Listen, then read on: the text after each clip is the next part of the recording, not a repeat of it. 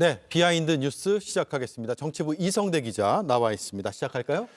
네, 오늘 국군의 날이라 군대 얘기 좀 해보겠습니다. 예. 첫 번째 이슈입니다.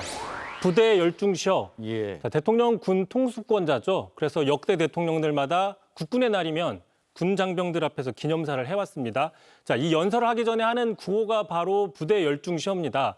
자, 만약에 부대 열중 쉬어를 하지 않으면 군 장병들이 뭐 경례나 차렷 자세로 그대로 연설을 들어야 되는 상황이 되는 것이죠. 예. 힘들겠죠. 자, 그런데 이제 윤석열 전 대통령 당시에 역대 대통령들이 다 해왔던 이 기본 제식 명령임을 하지 않고 임기 첫 해에 생략을 한 적이 있습니다. 그래서 관계자가 대신 외쳤는데 그래서 몇 초간 좀 당황스러운 장면이 연출된 적이 있었죠. 그 장면 다시 한번 보겠습니다. 예. 부대 열중 쉬어. 열중 시가 되셨어요. 부대 열중 쉬어. 부대 열중 시어.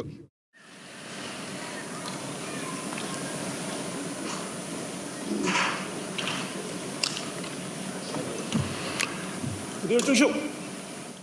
부대 열중 쉬어.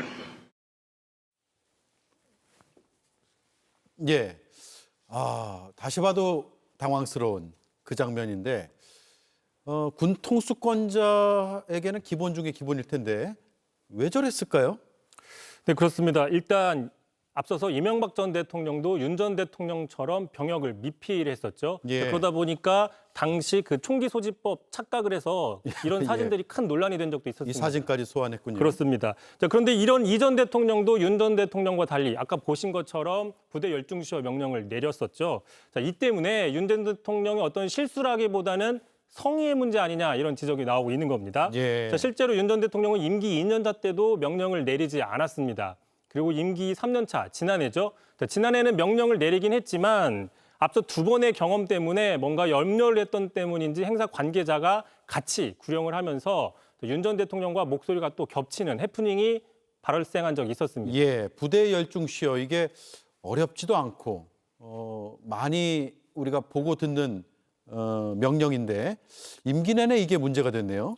그렇습니다. 자, 그러자 지난해였습니다. 당시 야당이었죠. 민주당에서는 이게 약간의 연습만 해도 그러니까 한 10분 정도만 하면 되는 명령인데 하지 못하는 것은 성의의 문제다 이렇게 비판을 했습니다. 예. 당시 장면 한번 보시죠.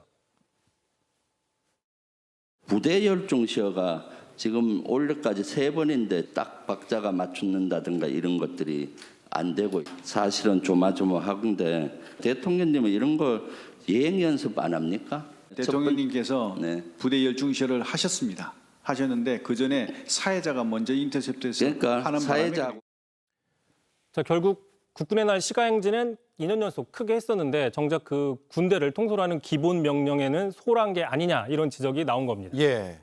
그래서 부대 열중 시어는 안 하고 민주화 이후에 계엄은 처음으로 하고 그래서 군부대를 동원한 그런 행위에 대해서 군장병 입장에서는 자괴감이 들지 않을까라는 생각도 들어요. 그렇습니다. 부대 열중 시어에 대한 예행 연습은 안 했는지 모르겠지만 불법 계엄에 대한 사전 모의한 정황은 있다. 뭐 이렇게 볼 수 있는 것이죠. 예. 자, 지난해 국군의 날이었습니다. 윤 전 대통령과 김정현 당시 국방부 장관 뭔가 이야기하는 모습인데 자, 지금 생각해 보면 이때 이미 두 사람 계엄에 대해서 뭔가 이야기를 나눴다는 걸로 볼 수 있는 것이죠. 예, 그런 실제 증언이 나왔죠. 그렇습니다. 실제 곽종근 전 특수전 사령관이 지난 10월 1일 그날 저녁에 만찬을 하면서 대통령과의 어떤 계엄에 대한 이야기들, 뭐 비상대권에 대한 언급이 나오고 확보해야 될 장소와 인물들에 대해서 언급이 나왔다라고 법정에서 진술한 바가 있습니다. 예, 알겠습니다. 다음 이슈는요? 자, 두 번째 이슈 보겠습니다. 속상한 우상호.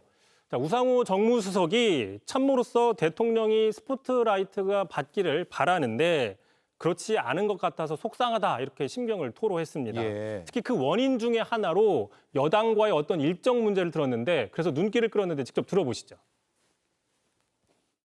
가끔 대통령이 주요 일정이 있을 때는 조금 일정 안 잡아줬으면 좋겠어요. 아니 대통령이 더 빛나길 바라는 정무수석의 마음이고 계속 해야 돼요. 저 3대 개혁은.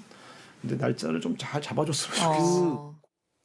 자, 지난주였죠. 이 대통령 유엔 총회 방문 당시에 여당 주도로 조희대 대법원장 청문회 계획 등이 부각이 되면서 그 여론에 더 부각된 것을 염두에 둔 게 아니냐 뭐 이런 분석이 있습니다. 예, 그래서 이성대 기자도 한번 짚었고요.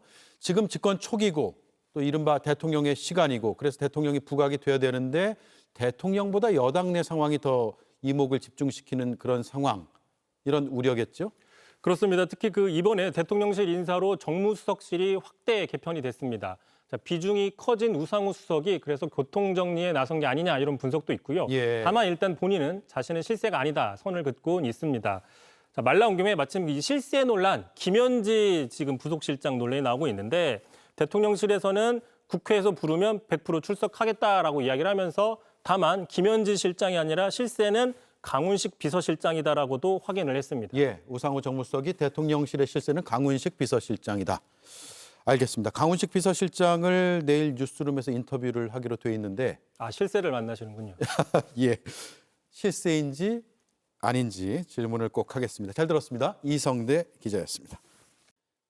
JTBC 뉴스를 시청해 주셔서 고맙습니다. 저희는 저녁 6시 30분 뉴스룸에서 뵙겠습니다.